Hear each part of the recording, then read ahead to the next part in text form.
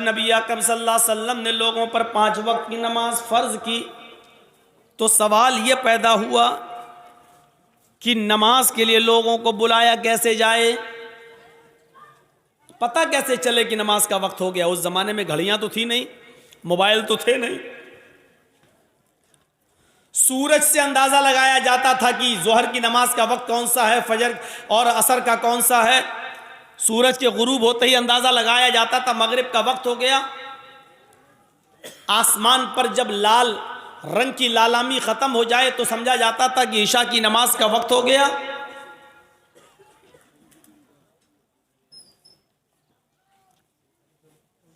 मशवरा किया अल्लाह के रसूल सल्लल्लाहु अलैहि वसल्लम ने कि लोगों को अजान नमाज की तरफ कैसे बुलाएं। किसी ने मशवरा दिया अल्लाह के रसूल अजान, किसी ने मशवरा दिया नमाज के लिए बुलाने के लिए मोहल्ले में एक आग लगाई जाए, हर नमाज के वक्त आग लगाई जाए।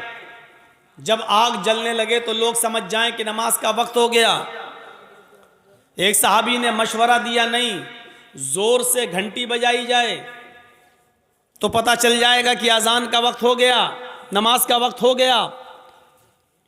किसी ने मशवरा दिया कि शंख बजाया जाए, जिसको भोंपू बोलते हैं, शंख बजाया जाए जोर से,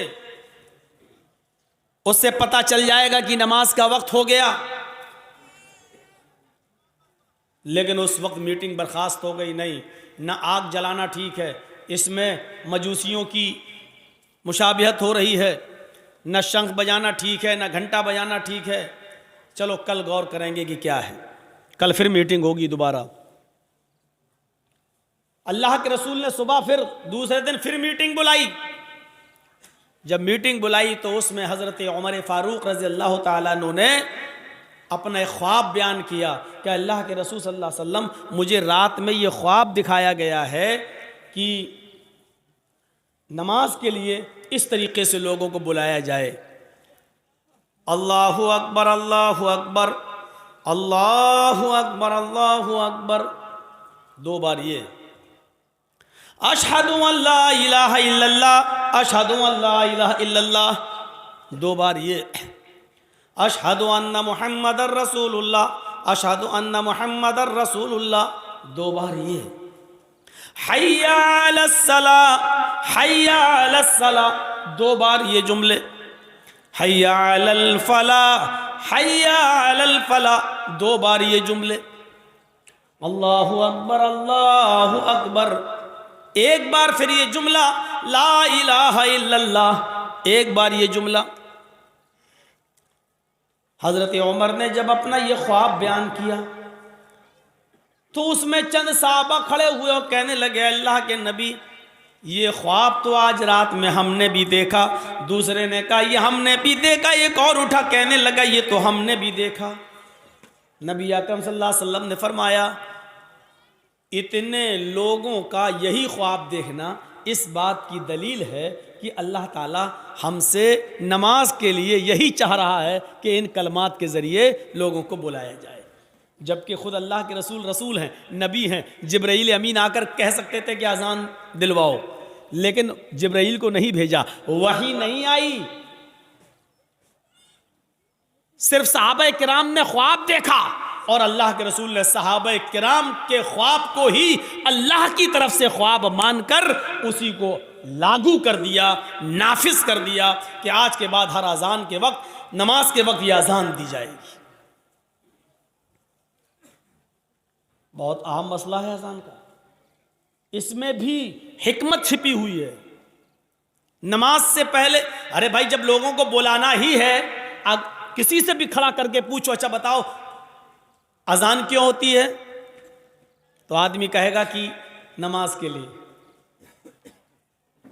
ताकि पता चल गया नमाज का वक्त हो गया है, इसीलिए तो अजान होती है। लेकिन यह मकसद नहीं है। आज तो घड़ी है, पता चल जाएगा ज़ोहर कब हो रही। गूगल में तलाश करिए, आपको आपके डिस्ट्रिक्ट मालदा का पूरा आपके गूगल पे सर्च करेंगे तो आ जाएगा ज़ोहर कितने बजे, असर कितने बजे, मगरिब कितने बजे, इशा कितने बजे, फजर कितने बजे। आज अजान की क्या जरूरत है? अगर नमाज के लिए अजान हो रही है उसका वक्त बताने के लिए, तो वक्त के लिए तो आजकल गूगल बतला रहा है कि जोहर का ये वक्त, असर का ये वक्त, मगरिब का ये वक्त, इशा का ये वक्त, फजर का ये वक्त। नहीं, कुछ और उसूल है। और सुनो, अगर नमाज के लिए अजान दी जाती है तो आपको मालूम होना चाहिए अजान के लिए, नमाज के लिए अजान अगर दी जाती तो हय्या अलस्सलाह का लफ्ज पहले आना चाहिए था। हय्या अलस्सलाह का माना क्या है? आओ नमाज के लिए। लेकिन हय्या अलस्सलाह पहले नहीं कहा जा रहा है। पहले क्या कहा जा रहा है? अल्लाहु अकबर, अल्लाहु अकबर। इस जुमले का नमाज से क्या कनेक्शन है, जरा कोई बताए हमें।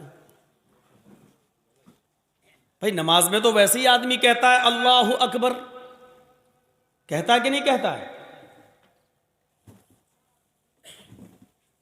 मैं थोड़ी सी स्पीड स्लो कर रहा हूं ताकि आपको जहन में बिठा सकूं ये बात। अभी तेज स्पीड में बोलूंगा तो आधी बातें दिमाग में आएंगी और आधी निकल जाएंगी आपके। सुनिए क्या कह रहे हैं हम? अल्लाहु अकबर, अल्लाहु अकबर। थोड़ा दिमाग लगाओ, इस अल्लाहु अकबर का नमाज से क्या कनेक्शन है? नमाज में तो आदमी वैसे ही कह रहा है अल्लाहु अकबर, फिर अजान में अल्लाहु अकबर कहने का क्या मतलब है?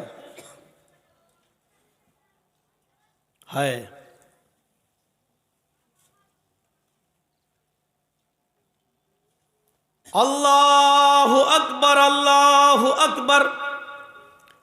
कल मैंने बताया था जब मुअज्जिन कहे अल्लाहु अकबर, अल्लाहु अकबर, तो तुम भी कहो अल्लाहु अकबर, अल्लाहु अकबर। ये मुअज्जिन के साथ साथ अवाम को, पब्लिक को, रियाया को, मुसलमानों को ये जुमले इसलिए दोहराने का हुक्म दिया गया है कि जिस तरह मुअज्जिन अल्लाह को सबसे बड़ा मान रहा है, तुम भी अल्लाह को सबसे बड़ा मानो।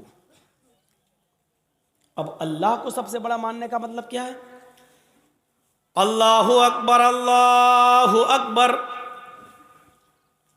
अल्लाह सबसे बड़ा है और इसको एक बार नहीं दो बार कहा जा रहा है।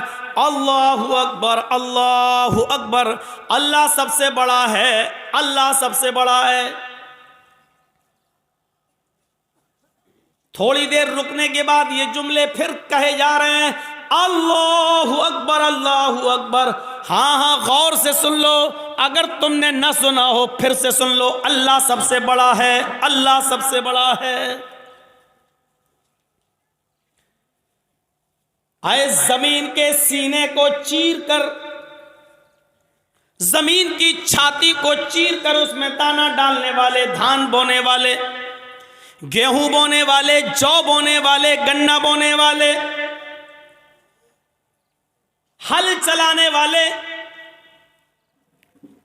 तेरे कानों में यह आवाज जा रही अल्लाह सबसे बड़ा है। अब तू अपने दिल से फैसला कर कि अल्लाह सबसे बड़ा है या नहीं। अगर अल्लाह सबसे बड़ा है तो तू अपनी खेती करना छोड़ दे। अल्लाह को सबसे बड़ा मानता है तो तू जमीन की छाती चीर कर उसमें दाना डालना छोड़ दे। अगर तू अल्लाह को सबसे बड़ा मानता है तो तू हल चलाना छोड़ दे। अगर तू अल्लाह को सबसे बड़ा मानता है तो चाय की दुकान बंद कर दे। अगर तू अल्लाह को सबसे बड़ा मानता है तो अपने किराना मर्चेंट की दुकान को तू बंद कर दे। अगर अल्लाह को सबसे बड़ा मानता है तो आए मोबाइल की दुकानों पर बैठने वालों मोबाइल की दुकान बंद कर दो, कपड़ा बेचने वालों कपड़ा बेचना बंद कर दो, आए अपने बिजनेस करने वालों अपने बिजनेस को बंद कर दो, अपने कारोबार चलाने वालों कारोबार को बंद कर दो। अगर तुम अल्लाह को सबसे बड़ा मानते हो तो तुम अल्लाह के घर की तरफ जाओ। अल्लाह को सबसे बड़ा मानते हो तो तुम इस बात का सबूत दो कि ये सारी चीजें छोटी हैं, हम छोटे, हमारी दुकान छोटी है, हमारा कारोबार छोटा है, हमारा बिजनेस छोटा है, हमारा खेत छोटा है। अगर इस अजान के लफ्ज को अल्लाहु अकबर को सुनने के बाद भी अगर तू दुकान पे बैठा रहा, अगर तू खेत जोतता रहा, अगर तू कपड़ा बेचता रहा और मस्जिद की तरफ नहीं गया, तो इसका मतलब ये है कि तूने अल्लाह को सबसे बड़ा नहीं माना, तूने अपनी दुकान को अल्लाह से बड़ा माना, तूने अपने खेत को अल्लाह से बड़ा माना, तूने अपने कारोबार को अल्लाह से बड़ा माना, तूने हल चलाने को अल्लाह से बड़ा माना, तूने किराना की दुकान को सबसे बड़ा माना, तूने अपने घर को सबसे बड़ा जाना, तूने अपने बीवी और बच्चों को अल्लाह से बड़ा जाना। अगर अल्लाह को सबसे बड़ा मानता है, इसलिए अकबर कहा, अकबर। अजान में यह भी कहा जा सकता था अल्लाहु कबीर, अल्लाह बड़ा है। कबीर के माना क्या होते हैं? बड़ा। अजीम के माना क्या होते हैं? बड़ा। यह भी कहा जा सकता था अल्लाहु अजीम, अल्लाह बड़ा है। यह भी कहा जा सकता था अल्लाहु कबीर, अल्लाह बड़ा है। लेकिन न कबीर कहा जा रहा है, न अजीम कहा जा रहा है, बल्कि अकबर कहा जा रहा है, जिसका माना होता सबसे बड़ा। अल्लाहु अकबर, इसका माना यह हुआ कि अल्लाह तुम्हारी दुकानों से, तुम्हारे मकानों से, तुम्हारे खेतों से, तुम्हारे बिजनेस से, तुम्हारे ऑफिसों से, तुम्हारी सरकारी नौकरियों से सबसे बड़ा है अल्लाह। मौलाना साहब जिस आदमी के यहाँ काम करते हैं वो हमें छुट्टी नहीं देता है मस्जिद में नमाज पढ़ने के लिए। हम घर पे आने के बाद फिर हम सुबह से लेकर शाम तक की नमाजें इकट्ठी पढ़ लेते हैं। सुन लो,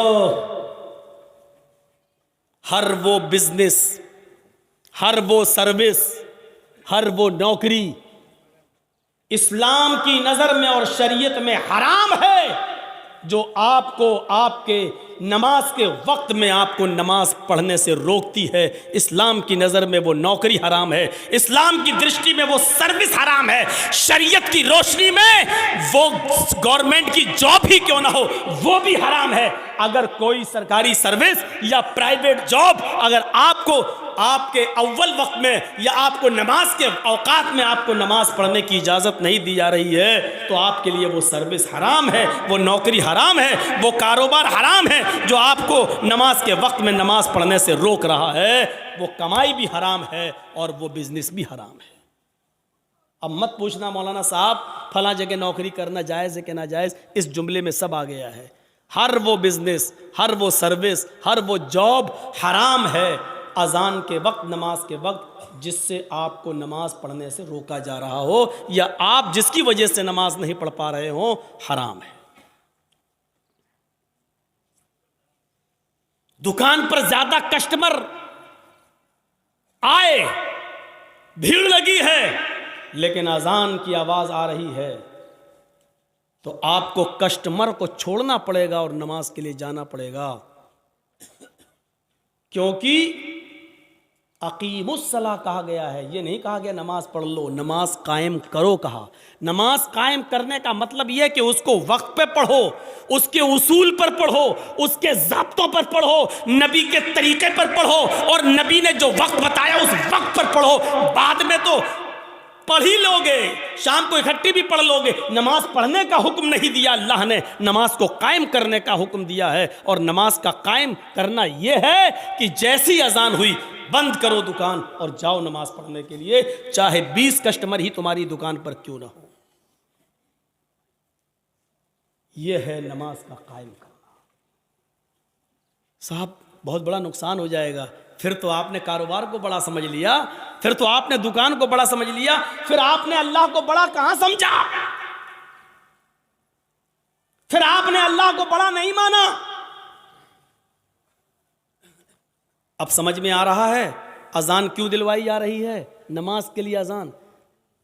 अभी नहीं कहा गया नमाज पढ़ने आओ, अभी ये कहा गया नमाज पढ़ने बाद में आना। पहले ये फैसला करो कि तुम अल्लाह को सबसे बड़ा मानते भी हो या नहीं मानते हो। अजान के वक्त ही पता चल जाता है कि कौन अल्लाह को बड़ा मान रहा है और कौन अल्लाह को बड़ा नहीं मान रहा है।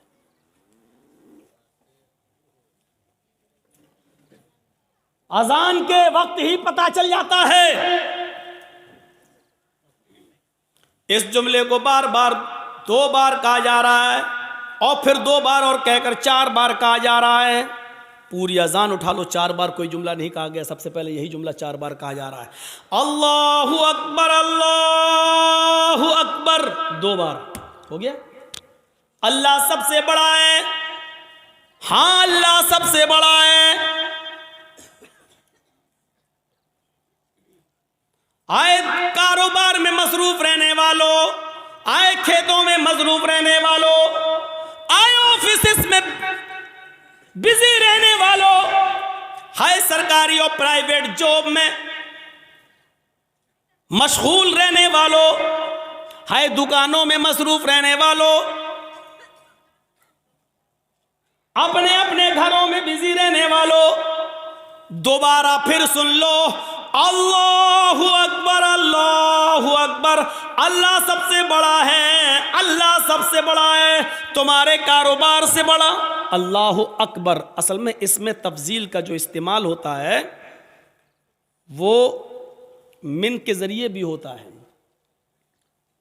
इसके बाद ये लफ्ज साइलेंट है जो दिल में रखा जाता है लेकिन बोला नहीं जाता है। अजान पूरी क्या है? अल्लाहु अकबर का पूरा जुमला क्या है? अल्लाहु अकबर मिन कुल्लि शैइन, ये है। समझ में आ रहा है ना? बहुत स्लो बोल रहा हूं, अभी स्पीड बढ़ेगी मेरी, अभी इतना जहन में रखिए। अजान का सही जुमला क्या है? अल्लाहु अकबर मिन कुल्लि शै, लेकिन मिन कुल्लि शै नहीं बोला जाता है, लेकिन वो दिल में रहता है। मिन कुल्लि शै का मतलब क्या हुआ? हर चीज से। अब तर्जुमा क्या होगा? अल्लाहु अकबर मिन कुल्लि शै, अल्लाह हर चीज से बड़ा है।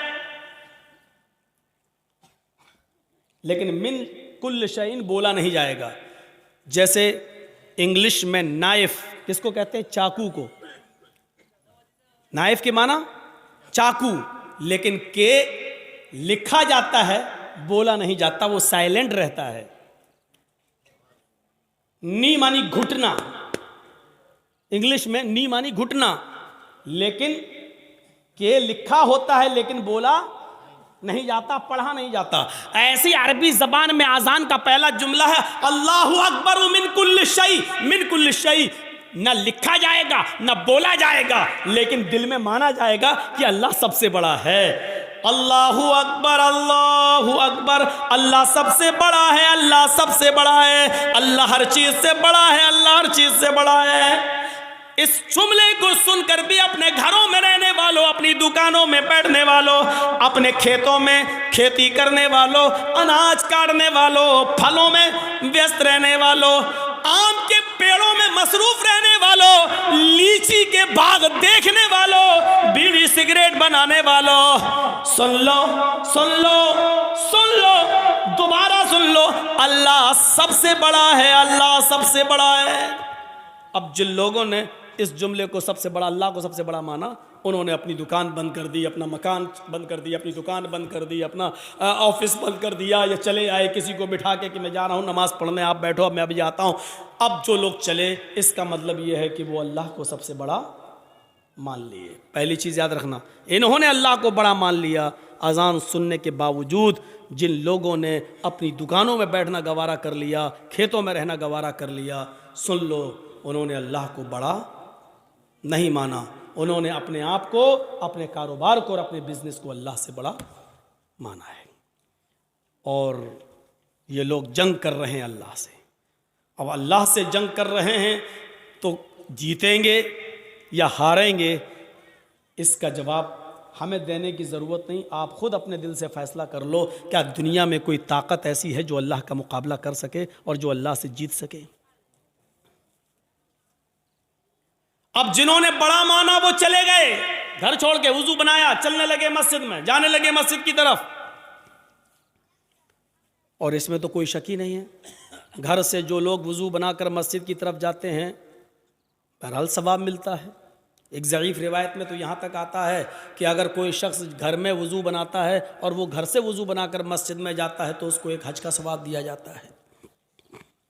तो घर से वुजू बनाने की बहरहाल फजीलत तो है ही।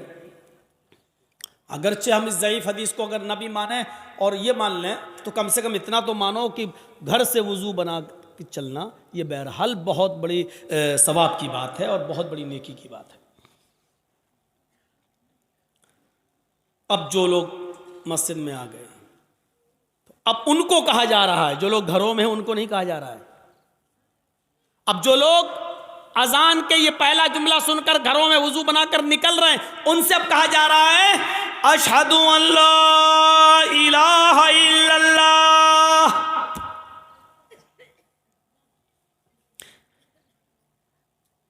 मस्जिद में आने से पहले इस बात की गवाही दो, मैं गवाही देता हूं इस बात की कि अल्लाह के अलावा कोई माबूद नहीं।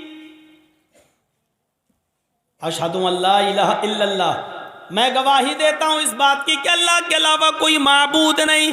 यानी आप घर से मस्जिद की तरफ जा रहे हो नमाज पढ़ने, तो याद रखो ये नमाज तुम्हारी अल्लाह के लिए है या किसी और के लिए?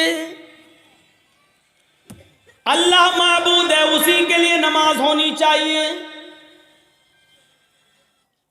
अल्लाह को माबूद मानो, अल्लाह के लिए नमाज पढ़ने जा रहे हो, यानी इबादत किसके लिए? अल्लाह के लिए होनी चाहिए। अब बाप के डर से नमाज पढ़ने बहुत से लोग आते हैं, अब्बा मेरे डांटेंगे नमाज पढ़ लो। मदरसे के बच्चे, अरे नमाज पढ़ लो, अजान हो गई, नहीं तो टीचर मारेगा, वो टीचर के डर से पढ़ रहे हैं। और बहुत से लोग जुमे में सिर्फ इसलिए नमाज पढ़ने आ रहे हैं कि पूरे हफ्ते तो आए नहीं, जुमा भी नहीं पढ़ेंगे तो मोहल्ले वाले समाज के लोग कहेंगे देखो जुमे तक की नमाज नहीं पढ़ रहा है। तो जो लोग इसलिए नमाज पढ़ने आ रहे हैं वो समझ लें कि उनकी इबादत अल्लाह के लिए है ही नहीं। अगर नमाज पढ़ने आना है, मस्जिद में आना है, इबादत के लिए आना है, नमाज के लिए, तो अशहदु अल्ला इलाहा इल्लल्लाह इस बात की गवाही दो, मैं गवाही देता हूं अल्लाह के अलावा कोई माबूद नहीं है। अगर अल्लाह के लिए इबादत करने जा रहे हो तब तो ठीक है, और अगर ये इबादत अल्लाह के लिए करने नहीं जा रहे हो तो अपने घरों में रहो। अगर मोहल्ले वालों के डर से जा रहे हो तो मत जाओ, अगर उस्ताद के डर से नमाज पढ़ रहे हो तो मत पढ़ो, अगर बाप के डर से नमाज पढ़ रहे हो तो मत पढ़ो, अगर मोहल्ले और समाज के डर से नमाज पढ़ रहे हो तो मत पढ़ो। और अगर जा रहे हो तो अल्लाह को सबसे बड़ा मानकर जाओ, और इबादत भी अल्लाह के लिए करने जाओ, किसी गैर का उसमें नाम नहीं होना चाहिए, किसी गैर का उनसुर नहीं होना चाहिए।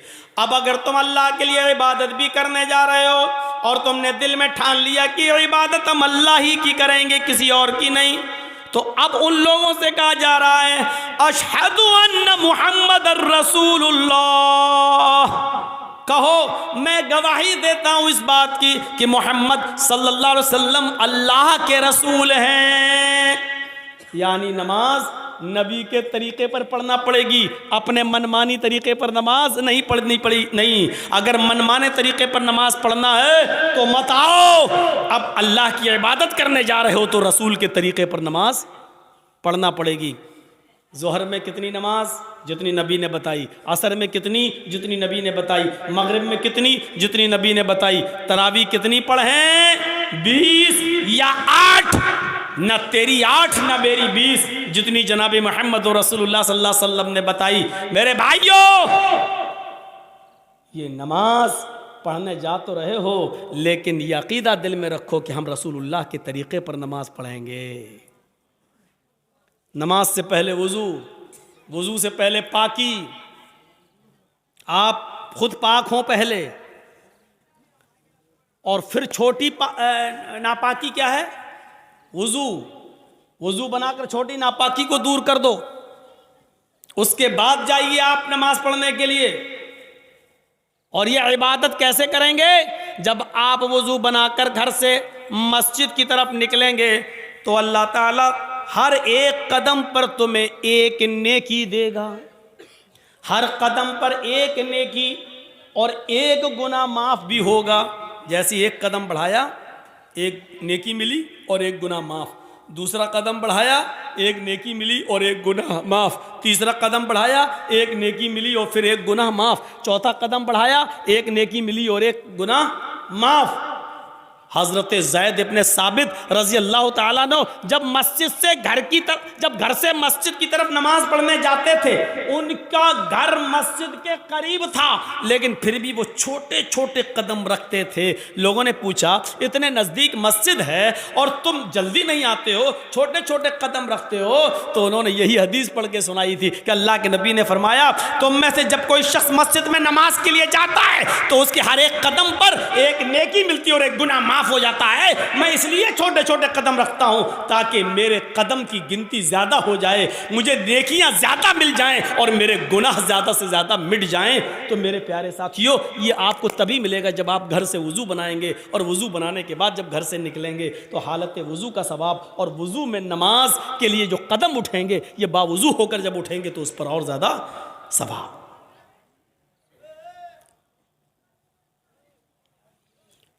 तो अल्लाह को पहले सबसे बड़ा मानो। जिन्होंने अल्लाह को सबसे बड़ा मानकर अपना कारोबार, अपना बिजनेस बंद कर दिया, वो मस्जिद की तरफ जाएं। मस्जिद की तरफ जाने वालों, अगर अल्लाह के लिए इबादत करने जा रहे हो तो ठीक, वरना मत जाओ। और अल्लाह के लिए इबादत करने जाने वालों, अगर यह इबादत जनाब मोहम्मद रसूलुल्लाह के तरीके पर करना है तो ठीक।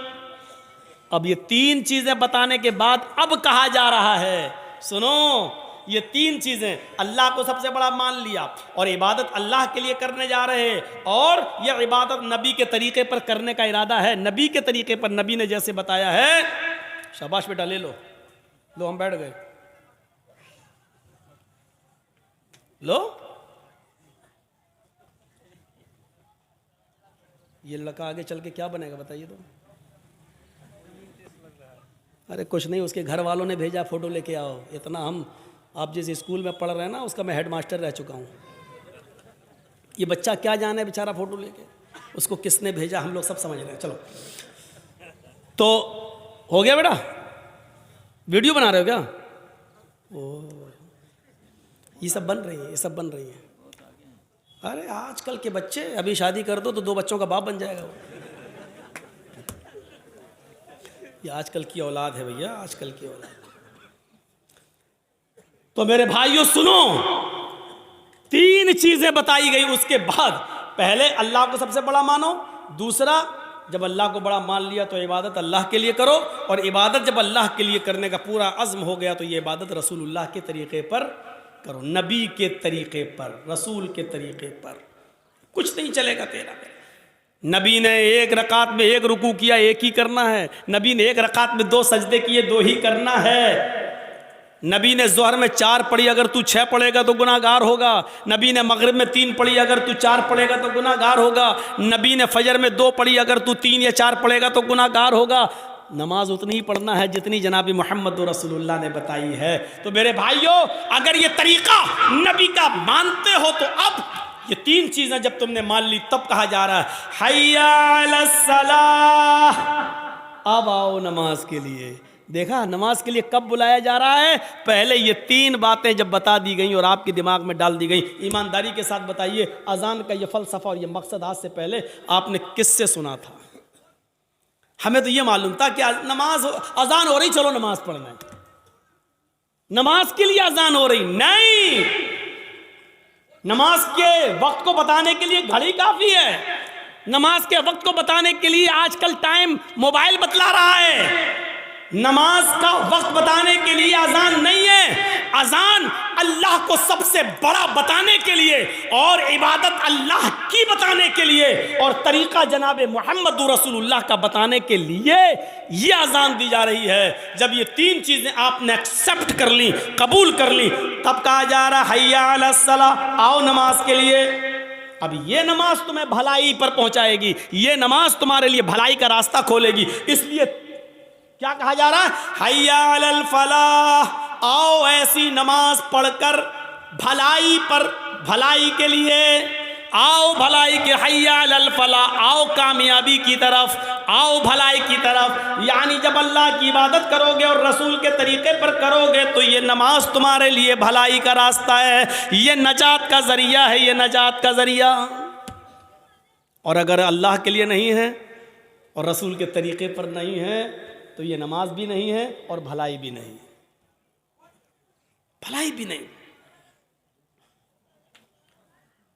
इसके बाद फिर लास्ट में फिर कहा जा रहा है, आए लोगों एक बार फिर सुन लो, अब तक अगर अपने घरों में बैठे हुए हो तो एक बार फिर सुन लो, अल्लाहु अकबर, अल्लाहु अकबर, अल्लाह सबसे बड़ा है, सबसे बड़ा है, ला इलाहा इल्लल्लाह, उसके अलावा कोई इबादत के लायक नहीं। आखिर में ये जुमला कहकर फिर दिमाग में भर दिया कि फिर सोच लो, अब भी घर में रहना है अब भी दुकान पे बैठना है, अब भी बिजनेस करना है, अब भी सर्विस करना है, अब भी ऑफिस में रहना है।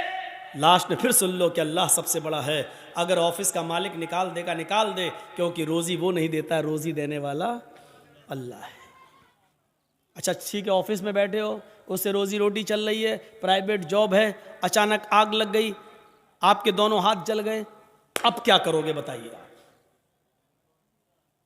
अब क्या करोगे?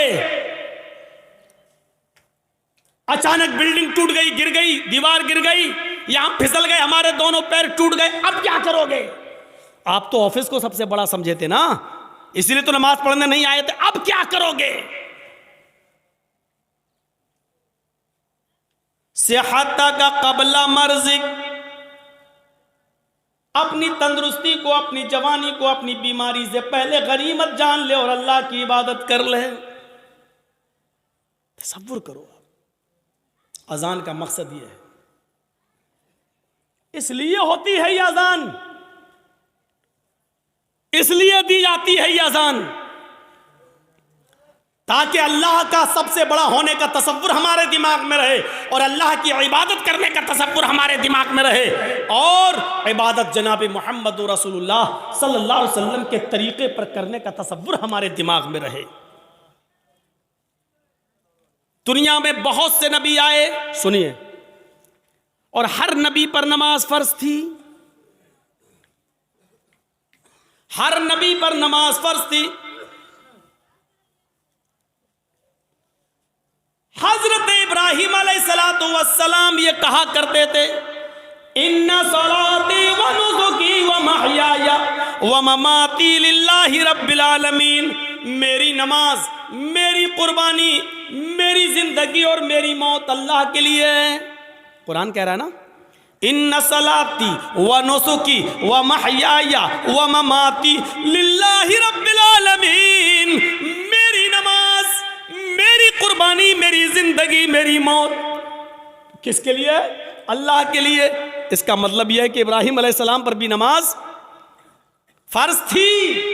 जब अपनी बीवी हाजरा को और अपने बच्चे छोटे इस्माइल को जब छोड़ दिया था बियाबान जंगल में, और जब चले गए बहुत दूर, बीवी और बच्चे की आंखों से ओझल हो गए, तो इब्राहिम अलैहिस्सलाम ने जो दुआ की थी, वो दुआ को देखो कुरान रिकॉर्ड करता है, और रब्बी इन्नी अस्कंतु मिन ज़ुर्रियती बिवादिन गैरि ज़ी ज़रा इंद बैतिकल मुहर्रम लियुकीमुस सलाह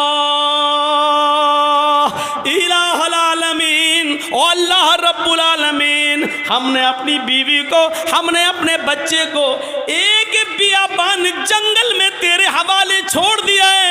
उस जंगल में कोई नहीं है, इंसानी आबादी नहीं है, उस जंगल में कोई रहता नहीं है, कोई बंदा नहीं है। बिवादिन गैरि ज़ी ज़रा, बेआबू गहवा दिए, वहां दरख्त भी पैदा नहीं होते, वहां बियाबान जंगली जंगल है, वहां से कोई काफिला भी नहीं आता है। थोड़े बहुत दरख्त जो दिख रहे हैं, उन पर परिंदों के घोंसले भी नहीं है, एक चिड़िया का भी पता नहीं है। ऐसी बियाबान जंगल में जो गैर आबाद है, गैर ज़ी ज़रा है, उस जंगल में हमने अपने बीवी बच्चों को छोड़ दिया है। इंद बैतिकल मुहर्रम, तेरे काबिल एहतराम घर के पास, जहां तेरा घर तामीर होगा, जहां हमें तेरा घर बनाना है, जहां खाने काबा को बनाना है, जहां किबला बनना है, जहां किबले की तामीर होना है, तेरा घर बनना है, ऐसे घर के पास हमने अपने बीवी बच्चे को छोड़ दिया है। लियुकीमुस सलाह, ताकि उससे फैलने वाली ज़ुर्रियत, मेरे बीवी बच्चे लियुकीमुस सलाह, नमाज कायम कर सकें, नमाज अदा कर सकें, नमाज पढ़ सकें। अपने बीवी को और बच्चे को छोड़ दिया है, एक भी परिंदा नहीं है, काफिला नहीं है, इंसान नहीं रह रहा है, साए साए बीतती है, खतरनाक जानवरों का डेरा है, लेकिन यही खाने काबा बनना है, यही अल्लाह का घर बनना है। इसी खाने काबा का तवाफ आगे चल के होना है, और सारी दुनिया इसी की तरफ आगे चल कर रुख करके नमाज पढ़ने वाली है। हमें इसी जगह पर अपने बीवी बच्चों को छोड़ दिया है ताकि मेरी बीवी से, मेरे बच्चों से जो नस्ल फैले, जो तादाद बढ़े, जो संख्या बढ़े, जो आबादी बढ़े, लियुकीमुस्सलाह, वो तेरी लिए नमाज पढ़ सकें, वो नमाज कायम करें, वो नमाज पढ़ने वाले हों। इब्राहिम अलैहिस्सलाम ये दुआ कर रहे हैं, हमने अपने बीवी और बच्चों को ऐसी जगह छोड़ा है जो बिल्कुल बियाबान है, लेकिन हमने वहां इसलिए छोड़ा है, वहां तेरा घर है इसलिए छोड़ा ताकि वो नमाज अदा करें, नमाज पढ़ें। कुरान की आयत से हमें पता चलना चाहिए कि नमाज की अहमियत क्या है। यही नमाज है। हजरत मूसा अलैहिस्सलाम को अल्लाह ने हुक्म दिया था, व अक़िमिस्सलात लिज़िक्री, आए मूसा तुम मेरी याद के लिए, मुझे याद करने के लिए नमाज कायम करो। पता चला कि ये नमाज मूसा अलैहिस्सलाम पर भी फर्ज थी, इब्राहिम पर भी फर्ज थी, नूह अलैहिस्सलाम पर भी फर्ज थी। ये नमाज लुकमान अलैहिस्सलाम पर भी फर्ज थी, और लुकमान अलैहिस्सलाम तो अपने बेटे से कह रहे हैं, कुरान कहता है या बुनैया अक़िमिस्सलाह, आए मेरे बेटे नमाज कायम कर। ये नमाज लुकमान और उसके बेटे पर भी फर्ज थी। रहा नबी अकरम का मसला, तो अल्लाह के नबी का मसला तो मैंने अभी बयान कर दिया। अम्मा आयशा कहती हैं अजान की आवाज़ सुनकर मुझे हटा देते, मुझसे दूर हो जाते, ऐसा लगता जैसे मुझे जानते ही नहीं हैं, ऐसा लगता जैसे मुझे पहचानते ही नहीं हैं, कभी हमें देखा ही नहीं है, ऐसा महसूस होता है जैसे ये हमें पहचान ही नहीं रहे हैं। ये नमाज का हाल जिसको आज हमने बहुत हल्के में ले लिया है, मर्जी आई पढ़ रहे हैं। अगर नमाज के बारे में सही जानकारी मिल जाए तो उससे आप अंदाजा लगा सकते हैं कि बेनमाजी की मुआशरे में क्या हैसियत है। बेनमाजी के घर खाना खाना जायज नहीं है, बेनमाजी की शादी में शिरकत करना जायज नहीं है।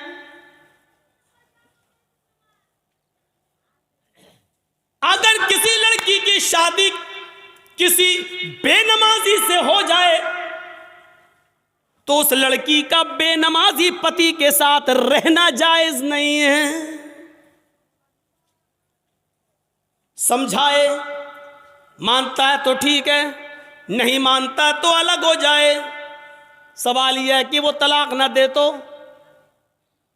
तलाक देने की जरूरत ही नहीं है, क्योंकि बेनमाजी मुसलमान ही नहीं है, और जब मुसलमान नहीं है तो किसी काफिर के निकाह में रहने की जरूरत भी नहीं है। ये निकाह ऑटोमेटिकली फिस्क, अपने आप खत्म।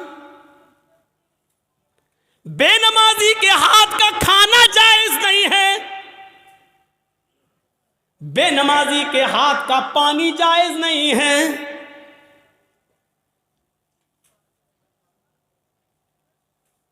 बेनमाजी अगर मर जाए तो उसकी नमाज़े जनाजा पढ़ना जायज नहीं है।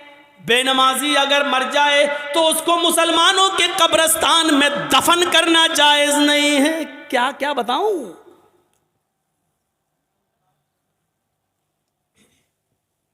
लेकिन सब चल रहा है। कितना बड़ा दिल गुर्दा है आज, जिसकी हैसियत ये हो और शादी के मौके पर हम ये ना देखें। पूछते हैं लड़की पढ़ी लिखी है? हाँ। कितनी? कुरान पढ़ी है। कितना बड़ा कारनामा है, कुरान पढ़ी है। और कुरान खुलता कब है? रमजान में, फिर पूरे रमजान तक बंद रहता है। फिर जब रमजान का महीना आएगा तब वो कपड़े से खुलेगा, धूल उस वक्त धूल साफ होगी, अपने जहेज के बर्तन रोज धोएगी। अम्मा की और बाप की तरफ से मिले हुए बर्तन रोज धोएगी, लेकिन कुरान जिस जुज़दान में लिपटा हुआ है उसको महीनों हो जाते हैं, उसको साफ करने की नौबत नहीं। जिस तरीके से बेनमाजी औरत बेनमाजी आदमी के साथ नहीं रह सकती, उसी तरीके से नमाजी शौहर के साथ बेनमाजी औरत नहीं रह सकती।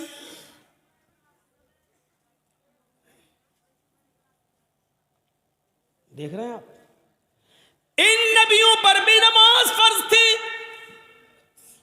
यह अलग बात है कि किसी नबी के ऊपर 2 रकात फर्ज थी, किसी नबी के ऊपर 4 रकात फर्ज थी, किसी नबी के ऊपर 3 रकात फर्ज थी, किसी के ऊपर 2 टाइम की थी, किसी के ऊपर 3 टाइम की थी, सुबह दोपहर शाम, और किसी के ऊपर 5 टाइम भी थी, किसी के ऊपर 4 वक्त की भी नमाज फर्ज थी। लेकिन अल्लाह के नबी जनाब मोहम्मद रसूलुल्लाह सल्लल्लाहु अलैहि वसल्लम जब नबी बनाकर भेजे गए तो आपने ये नमाज 5 वक्त की फ़र्ज की, क्योंकि अल्लाह ताला ने 50 से 5 वक्त की कर दी। और जब 5 वक्त की फ़र्ज कर दी गई तो नमाज का उसूल ये बनाया कि फजर में 2 रकात रख दी, ज़ोहर में 4 रकात रख दी, असर में 4 रकात रख दी, मगरिब में 3 रख दी और इशा में 4 रख दी।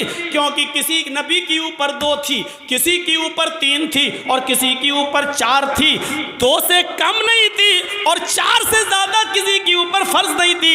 इसलिए अल्लाह के नबी ने 2 भी रखी, 3 भी रखी और 4 भी रखी, ताकि लोगों को इस बात का इल्म हो जाए कि मैं किसी नबी के खिलाफ नहीं हूँ। मैंने फजर में 2 रकात नमाज फर्ज की है ताकि उन नबियों की भी इक्तिदा हो जाए जो 2 रकात जो पढ़ा करते थे। 3 रकात भी मैंने मगरिब में रख दिए, क्योंकि कुछ नबियों पर 3 वक्त 3 रकात फर्ज थी, तो मैंने उनको की 3 रकात भी रख दी ताकि उस नबी की सुन्नत भी जिंदा हो जाए। और जिन नबियों पर 4 रकात फर्ज थी हमने ज़ोहर, असर और इशा में 4 रकात फर्ज कर दी ताकि उस नबी की सुन्नत पर भी अमल हो जाए। मैं नबियों का मुखालिफ नहीं हूँ, मैं रसूलों का मुखालिफ नहीं हूँ। हाँ, मैं आखिरी नबी हूँ, अब तरीका मेरा चलेगा, अब रास्ता मेरा चलेगा। दुनिया में 3 ही किस्म की मखलूक है। एक मखलूक जो हमेशा खड़ी रहती है, जैसे पेड़, दरख्त, पहाड़, ये खड़े हैं।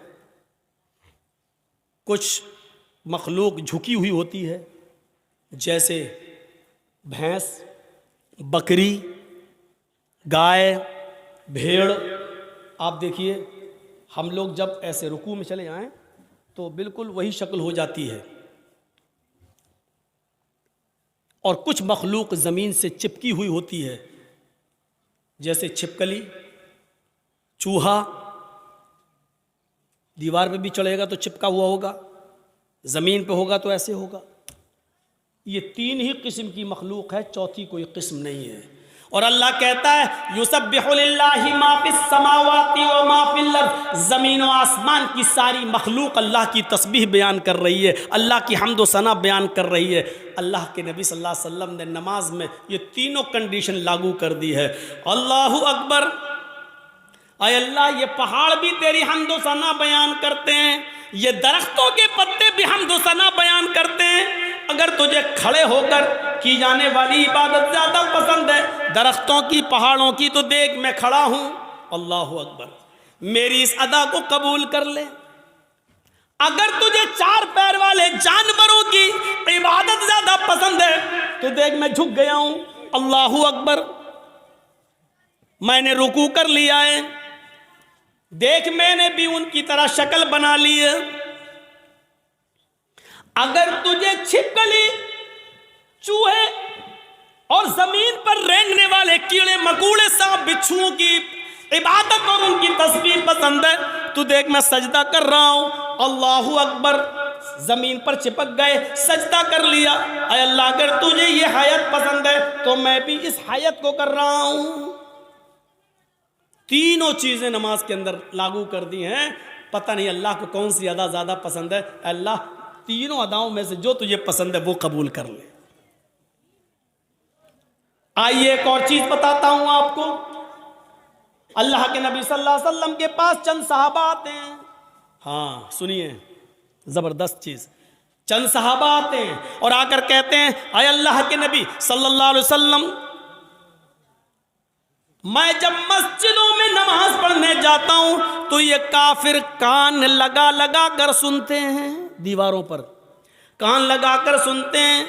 जब हम जोर से मस्जिदों में नमाज की हालत में कुरान की तिलावत जब मैं जोर से करता हूं तो ये काफिर सुन लेते हैं बाहर से, फिर ये मस्जिदों में घुस जाते हैं और बेतहाशा मारते हैं, इतना मारते हैं कि मारते मारते पीटते पीटते हमें बदहाल कर देते हैं, लहू लुहान कर देते हैं। अल्लाह के नबी ने पूछा, अच्छा ये बताओ वो किस वक्त कान लगाकर सुनते हैं तुम्हारी दीवारों पर? कहा अल्लाह के नबी, शाम को जब वह काम करके वापस आते हैं, बहुत देर हो गई, तकरीबन 1.5 घंटा 1 घंटा, वहाँ बड़ा शोर हो रहा है, वो पीछे वो लोग सुन ही नहीं रहे, पता नहीं क्या खुरापाते कर रहे हैं। बच्चे नहीं हैं उसमें, कुछ बड़े भी हैं। उधर देखिए वो पीछे, और अभी तक नहीं सुन रहे। देखो वो फिर छलांग लगा रहा, कूद रहा, उनकी आवाज़ यहाँ तक आ रही है। कोई ऐसा आदमी नहीं है जो उनको भगा दे, उनको कह दे घर जाए।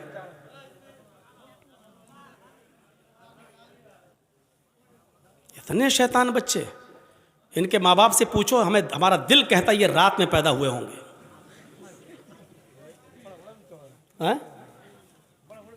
हाँ बड़ा बड़ा भी है, हमको यहाँ से दिख रहा है, अभी निगाहें इतनी कमजोर थोड़ी हुई हमारी।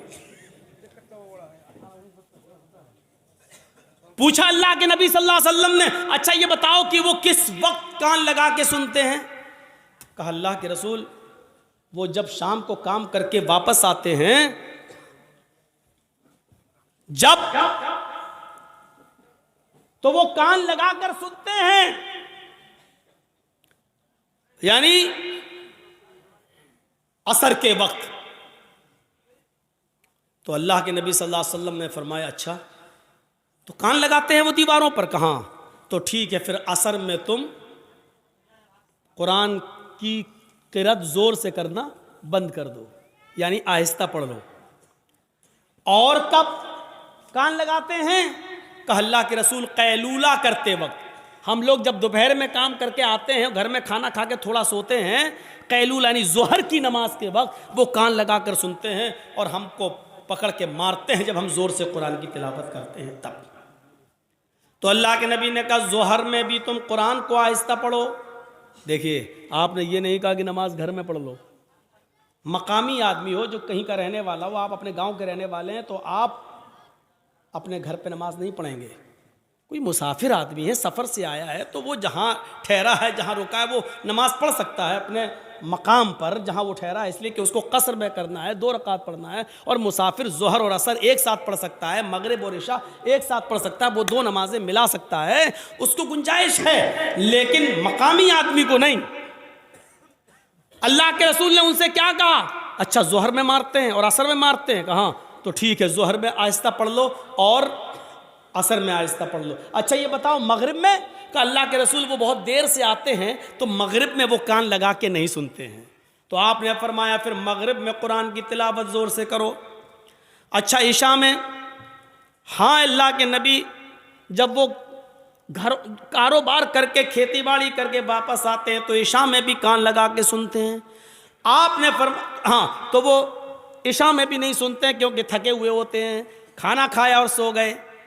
मगरिब के बाद आते हैं, सुनते नहीं हैं, इसलिए आपने कहा मगरिब में पढ़ो ज़ोर से। इशा की नमाज आप इतनी देर से पढ़ते हैं कि उनको नींद आ जाती है, वो इशा में भी नहीं सुनते। आपने फरमाया तो इशा में भी पढ़ो। अच्छा फजर में? कहा अल्लाह के नबी फजर में तो वो खुद ही घोड़ा बेच के सोते रहते हैं। तो आपने कहा फिर फजर में भी ज़ोर से तिलावत करो। पहले ये 5 वक्त ज़ोर से तिलावत होती थी, 5 नमाजों में ज़ोर से पढ़ा जाता था अल्हम्दुलिल्लाह रब्बिल आलमीन। जब सहाबा ने शिकायत की कि अल्लाह के रसूल ये हमें मारते हैं, कानों में दीवारों पे कान लगाते हैं, सुन लेते पढ़ रहे हैं तो मारते हैं, पीटते इतना मारते हैं कि लहू लुहान हो जाते हैं। तो आपने कहा कब मारते हैं? कहा जोहर में। आपने कहा जोहर में आहिस्ता पढ़ो। कब मारते हैं? कहा असर में। असर में भी आहिस्ता पढ़ो। मगरिब में? कहा नहीं जोर से पढ़ो। इशा में सो जाते हैं वो, जोर से पढ़ो। फजर में नहीं उठते हैं वो, जोर से पढ़ो। मेरे भाइयों ये सिलसिला चलता रहा, बहुत दिनों तक ये सिलसिला चलता रहा। और इतने दिनों तक ये सिलसिला चला कि मक्का फतह हो गया। जब मक्का में कामयाबी मिल गई और नबी की हुकूमत आ गई, तब सहाबा किराम ने फिर अर्ज किया। अब जो चीज़ बताना चाहता हूँ वो सुनिए। अब सहाबा ने अर्ज किया, आए अल्लाह के नबी, जब हमारे हालात ख़राब थे, जब ये हमें मारते थे, पीटते थे, जिसकी वजह से आपने आहिस्ता पढ़ने का हुक्म दे दिया था ज़ोहर में और असर में, अब तो ये मारते नहीं हैं, अब तो हुकूमत हमारे हाथ में आ गई, अब तो मक्का और मदीना की बागडोर हमारे हाथ में है, तो आए अल्लाह के नबी हमें पहली वाली इजाज़त दे दीजिए, अब हम फिर से 5 वक्त की नमाजों में ज़ोर से तिलावत करें। भाई हालात अब ख़त्म हो गए, पहले हालात बुरे थे इसलिए आपने आहिस्ता पढ़ने को कह दिया, अब तो हमारे फेवर में है हालात, अब तो हमारे हक में है हालात, तो अब क्यों हम आहिस्ता पढ़ें, अब हम जोर से पढ़ेंगे। आपने कहा नहीं, बिल्कुल नहीं। सहाबा ने कहा अल्लाह के रसूल, क्या ये वजह नहीं थी कि ये लोग हमें मारते थे इसलिए आपने आहिस्ता पढ़ने के लिए कह दिया था? आपने कहा वजह यही थी। कहा जब वो रीज़न ख़त्म हो गया, जब वो वजह ख़त्म हो गई, तो अब ज़ोर से पढ़ने की इजाज़त क्यों नहीं दी जा रही है? अल्लाह के नबी ने क्या फरमाया? आपने फरमाया इसलिए कि बाद में आने वाले लोग जब ये सोचेंगे कि ज़ोहर में, असर में आहिस्ता पढ़ने की इजाज़त क्यों दी, और मगरिब में, इशा में और फजर में ज़ोर से तिलावत क्यों की जाती है, जब ये बाद में आने वाले लोगों को पता चलेगा, जब वो इसकी हिस्ट्री पढ़ेंगे, जब वो हदीसें पढ़ेंगे, जब उनको मालूम होगा कि सहाबा किराम मार खाते थे, इतना पीटे जाते थे कि उनकी चमड़ी उधड़ जाती थी, लहूलुहान हो जाते थे, इसके बावजूद उन्होंने नमाज नहीं छोड़ी, मारें खाई लेकिन नमाज पढ़ी, आहिस्ता पढ़ी लेकिन पढ़ी, नमाज छोड़ी नहीं है। जब उनको इस बात का इल्म होगा तब उनको पता चलेगा कि सहाबा किराम ने बड़ी से बड़ी मुसीबतें झेली हैं लेकिन नमाज नहीं छोड़ी है, नमाज तर्क नहीं की है, तो फिर वो भी नमाजी बन जाएंगे, वो भी नमाज के पाबंद हो जाएंगे। अब आपको अंदाजा है मेरे भाइयों, सहाबा किराम मारे खाते थे, इतना पीटते थे कि उनकी चमड़ी उधड़ जाती थी, जिस्म से खून बहता था, लेकिन इसके बावजूद नमाज पढ़ रहे हैं। अल्लाह के रसूल ने कहा जोर से मत पढ़ो, आहिस्ता पढ़ो, लेकिन पढ़ो। नमाज ऐसी कंडीशन में भी माफ नहीं। हट्टे खट्टे तंदुरुस्त हैं और नमाज नहीं पढ़ते। और जुर्रत देखो, बहादुरी, हिम्मत तो देखो। अजान की आवाज आ रही है, कुछ लोग मस्जिद में नमाज के लिए जा भी रहे हैं, लेकिन कलेजा इतना बड़ा कि उन नमाजियों के सामने होटलों पे बैठ के चाय हम पी रहे हैं। हमारा दिल और हमारा कलेजा कितना मजबूत है। या अल्लाह, तेरा अजाब कैसे रुका हुआ है। इतनी बड़ी गलती अगर पुराने पिछले ज़माने की उम्मतों ने की होती तो अभी तक आग और पत्थर के अजाब से वो हलाक हो गए होते। अल्लाह रब्बुल आलमीन का अजाब हम पर आ क्यों नहीं रहा है? इसकी वजह क्या है? इतना बड़ा कलेजा। मस्जिद के सामने होटल के बाहर, मस्जिद के बाहर होटल पे बैठ जाए हम, और नमाज मस्जिद के अंदर हो रही हो, और हम मस्जिद के सामने से गुजर जाएं साइकिल लेकर और बाइक लेकर।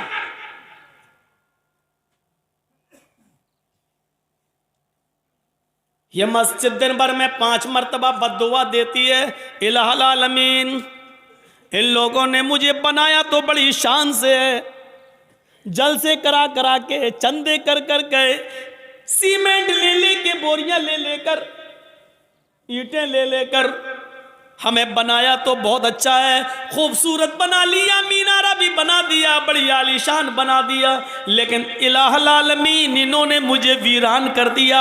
बनाने के बाद मुझे आबाद नहीं किया। आय अल्लाह, इन्होंने मेरा पेट नहीं भरा। अल्लाह, इन्होंने मुझे बनाने के बाद मेरे पास नहीं आए, मेरी गोद में नहीं आए। आय अल्लाह, जिस तरीके से इन्होंने मुझे बनाने के बाद वीरान कर दिया, आय अल्लाह तू इनकी जिंदगियों में वीरानी पैदा कर दे। अल्लाह, जिस तरह इन्होंने मुझे बर्बाद किया तू इनको बर्बाद कर दे। अल्लाह, जिस तरीके से इन्होंने हमें बना सवा कर दुरुस्त करने के बाद हमें भुला दिया है, अय अल्लाह तू इनको भुला दे। मेरे भाइयों, ये मस्जिदों की कहीं बद्दुआओं का नतीजा तो नहीं जो हमारे हालात ही है, जो हमारे हालात ही हैं।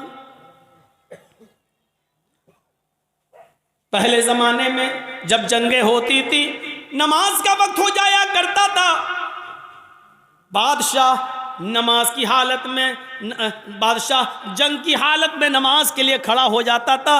दूसरा बादशाह ये समझता था कि ये क्या हो रहा है, बताया ये नमाज पढ़ रहे हैं, अल्लाह को याद कर रहे हैं, अल्लाह से दुआ कर रहे हैं। वो बादशाह अपनी फौज लेकर भाग जाता था, ये कहते हुए कि जो कौम तीरों और तलवारों कि सायों में भी अपने रब को न भूलती हो तो उसका रब उसे कैसे भूल जाएगा।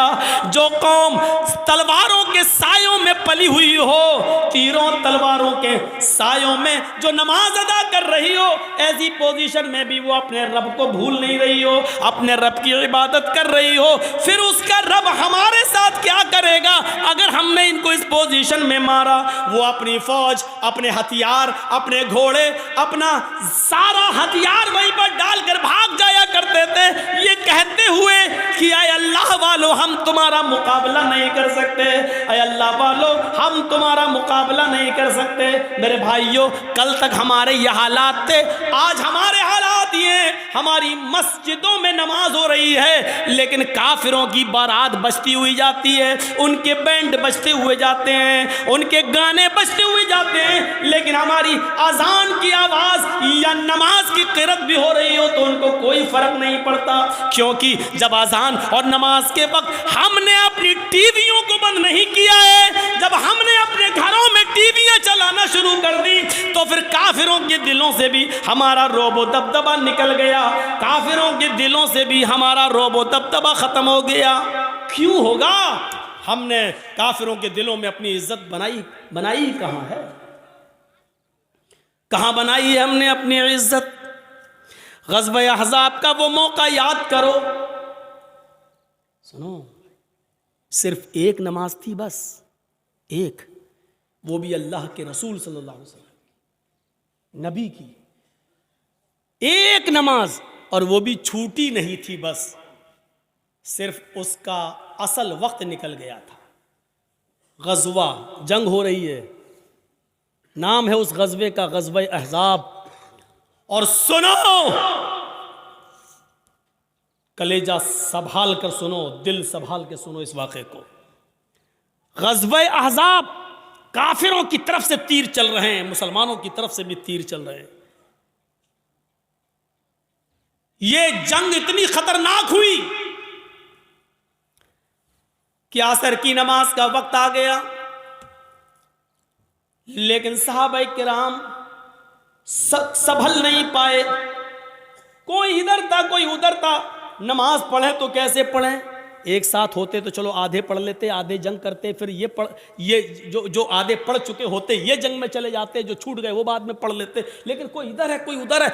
ये असर की नमाज का वक्त था, असर की नमाज का वक्त।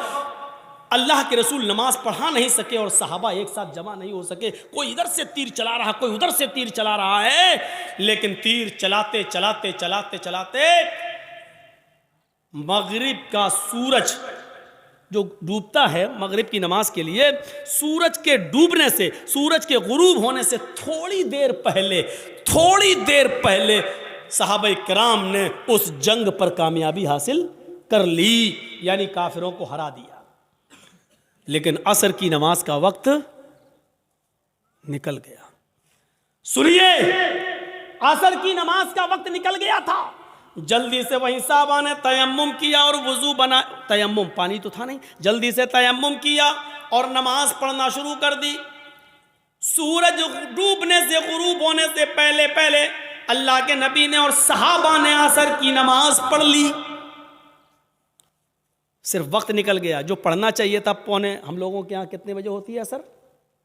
आपके यहाँ कितने बजे हो रही है असर? 2:45 पर? हाँ, कहीं 3:30 पे भी हो रही होगी। हम 3:15।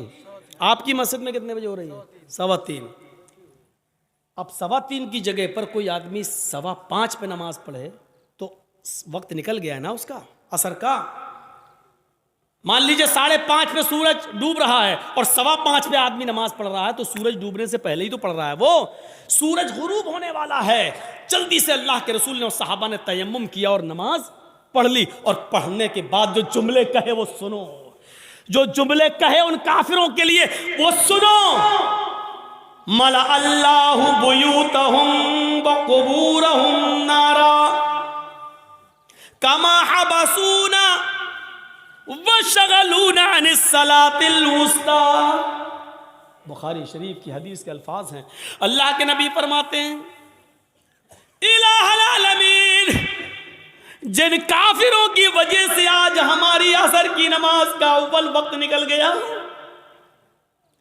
आय अल्लाह, जिन काफिरों की वजह से आज मेरी असर की नमाज का असली वक्त निकल गया, वक्त पर हम नमाज नहीं पढ़ सके, सूरज डूबने से पहले आज हमने असर की नमाज पढ़ी, इसके जिम्मेदार ये काफिर हैं, ये जंग करने वाले, इनकी वजह से मेरी असर की नमाज का वक्त निकला है। मला अल्लाहु बुयूतहुम, आय अल्लाह इनके घरों को तू आग से भर दे, आय अल्लाह इनके घरों में आग लगा दे, आय अल्लाह इनके घरों में तू आग से भर दे। नमाज के वक्त अपने घरों में बैठने वालों, नबी अकरम की इस बद्दुआ पर जरा गौर करो। मला अल्लाहु बुयूतहुम, आय अल्लाह इनके घरों को तू आग से भर दे। मेरे नबी ने कभी किसी को बद्दुआ नहीं दी, मार खाया फिर भी माफ कर दिया। नबी की बेटी को जिसने पेट फाड़ा, हिबार इब्ने अस्वद ने तीर मारकर, नबी की बेटी ज़ैनब के पेट में हमल था, बच्चा था, तीर पेट में लगता है, बच्चा गिर जाता है।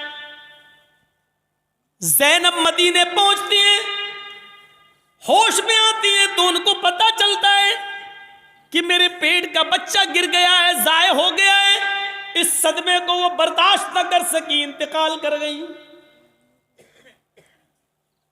10 साल के बाद जब हिबार इब्ने अस्वद सामने आया और मदीने में अल्लाह के नबी से माफी मांगने लगा कि मुझे माफ कर दो, मैं भी मुजरिम हूं और आपकी बेटी का कातिल हूं। 10 साल पहले आपकी बेटी के पेट में तीर मारा था, हमल गिर गया था। नबी अकरम की आंखों में आंसू आ गए, बेटी की याद आ गई, रोने लगे। लेकिन कहते हिबार, मेरी बेटी के कातिल, मैंने आज तक अपने लिए और अपने खानदान के लिए कभी बदला नहीं लिया।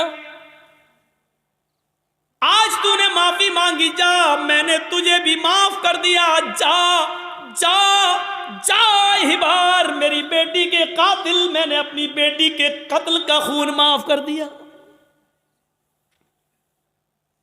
वो हमजा जो नबी का चचा, और हिंदा ने पेट फाड़ा, नाक काटी, कान काटा, जबान काटी, और इसी में धागा डालकर नाक, कान, जबान का हार बनाकर अपने गले में पहना। वो हिंदा जिसने हमजा का पेट फाड़ के कलेजा निकाला और चबाया, हिम्मत नहीं कर सकी उसको खाने की, थूक देती है। कटी हुई गर्दन, फटा हुआ पेट, निकला हुआ कलेजा, कटी हुई नाक, कटा हुआ कान, कटी हुई जबान। ये लाश जब नबी के सामने आई तो आपकी आंखों में आंसू आ गए और कहा, आए हमजा, कयामत तक जितने भी लोग अल्लाह की राह में कत्ल किए जाएंगे ये शहीद होंगे, लेकिन तू कयामत के दिन सैयदुल शुहदा बनाकर उठाया जाएगा, तमाम शहीदों का सरदार बनाकर उठाया जाएगा। ऐसा हाल करने वाली हिंदा जब नबी के सामने आई तो आपने कहा, क्या चाहती हो? माफी। आपने कहा, हिंदा जा, मैंने तुझे भी माफ कर दिया। ओ मेरे चचा की कातिल, जा, मैंने तुझे भी माफ कर दिया। मेरी चचा की लाश को बिगाड़ने वाली, जा, मैंने तुझे भी माफ कर दिया। लेकिन इंसान हूं, बुरा लगता है, तू मेरे सामने मत आना, क्योंकि जब तू मेरे सामने आएगी तो मुझे चचा की लाश याद आ जाएगी। हमारे नबी ने कभी किसी को बद्दुआ नहीं दी। ताइफ वालों ने इतना मारा कि सर फट गया, सर से खून निकला, पैरों पे गिरा, खून जम गया, जूते तक उतर नहीं पा रहे थे उस जमे हुए खून की वजह से। दो फरिश्ते आए, अरे अल्लाह के नबी कहो तो इन ताइफ वालों को दो पहाड़ियों के बीच में पीस दूं।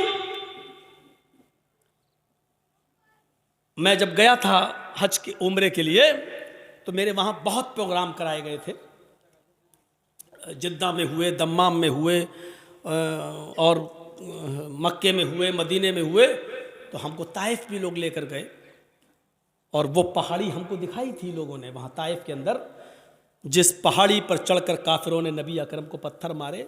वहाँ के लोग जो थे वो उन लोगों ने बताया कि मौलाना साहब ये वो जगह है, यहाँ नबी खड़े थे, ऊपर से काफिर पत्थर मार रहे थे।